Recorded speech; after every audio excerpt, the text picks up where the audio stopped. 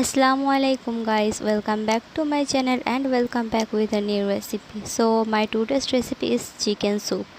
তো চলো দেখা যাক আমি আজকে চিকেন স্যুপটা কীভাবে মেক করছি। আজকে ভিডিওটি ভালো লাগলে আমার ভিডিওতে একটা লাইক করে দেবে অ্যান্ড আমার চ্যানেলটিকে সাবস্ক্রাইব করবেন। অ্যাট ফার্স্ট আমি এখানে চুলায় একবার একটা ফ্রাই প্যান বসিয়ে আমি এর মধ্যে দিয়ে দিলাম রিফাইন্ড অয়েল। নেক্সট এর মধ্যে অ্যাড করছি আমি আদা কুচি এবং রসুন কুচি। এরপর আমি চিকেনগুলোকে এর মধ্যে দিয়ে ফ্রাই করে নেব। আমি এখানে বোনলেস চিকেন ইউজ করছি। দেন এর মধ্যে আমি 3 কাপ জল অ্যাড করে দেব। এরপর একটু ঢাকা দিয়ে রেখে জল ফুটে উঠলে এর মধ্যে আমি সামান্য একটু লবণ দিয়ে একটু নেড়েচেড়ে আবারও ঢাকা দিয়ে রাখবো। এরপর ঢাকা খুলে চিকেনটা সিদ্ধ হয়েছে কিনা আমি একটু চেক করে নেব।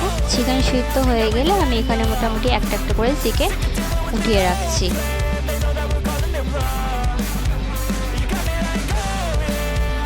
এরপর একটা ছাঁকনির মধ্যে দিয়ে আমি চিকেন স্টক আর চিকেনগুলোকে আলাদা করে ছেঁকে নিচ্ছি।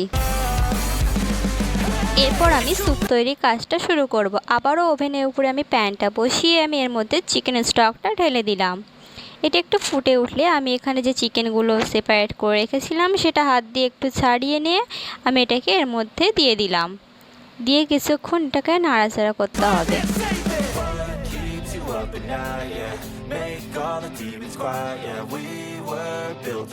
আমি যেহেতু চিকেনটা সিদ্ধ করার সময় আগে লবণ ইউজ করেছিলাম, সো এখানে আমি একটু সামান্য পরিমাণে লবণ দিচ্ছি।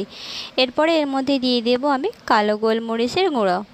এবার সব কিছুকে আমি একটু ভালো করে নেড়েচেড়ে একটু মিশিয়ে নেব। নেক্সট এর মধ্যে একে একে দিয়ে দেব 1 teaspoon soya sauce and 1 teaspoon vinegar. আবারও একটু নেড়ে নেব। এদিকে আমি কর্নফ্লাওয়ার একটা বাটিতে 2 চামচ নিয়ে এর মধ্যে সামান্য একটু জল দিয়ে এটাকে গুলিয়ে একটা মিক্স তৈরি করে নেব। নেক্সট এটাকে আমি স্যুপের মধ্যে ঢেলে দিলাম। আবারও বেশ কিছুক্ষণ ভালো করে নেড়েচেড়ে জলটাকে ফোটাতে হবে। এরপর একটা ডিম আমি ভেঙে নিচ্ছি একটা বাটিতে, সামান্য একটু লবণ দিয়ে ডিমটাকে ফেটিয়ে নেব ভালো মতো। ডিমটা ভালো মতন ফেটানো হয়ে গেলে আমি স্যুপের মধ্যে ডিমটাকে অল্প অল্প করে ঢালতে থাকবো অ্যান্ড হালকা করে নাড়তে থাকবো। আমি কিন্তু সব ডিমগুলো এখানে একসঙ্গে ঢেলে দিচ্ছি না, তাহলে কিন্তু সব এক জায়গায় দলা পাকিয়ে যাবে। সেই কারণে অল্প অল্প ডিম ঢেলে এটাকে নাড়তে হবে।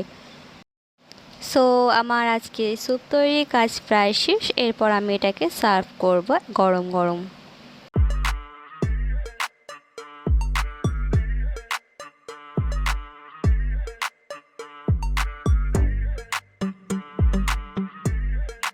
আজকে চিকেন স্যুপের এই রেসিপিটা কেমন লাগলো অবশ্যই জানাবেন। ভালো লাগলে please do like, share and subscribe. Thanks for watching.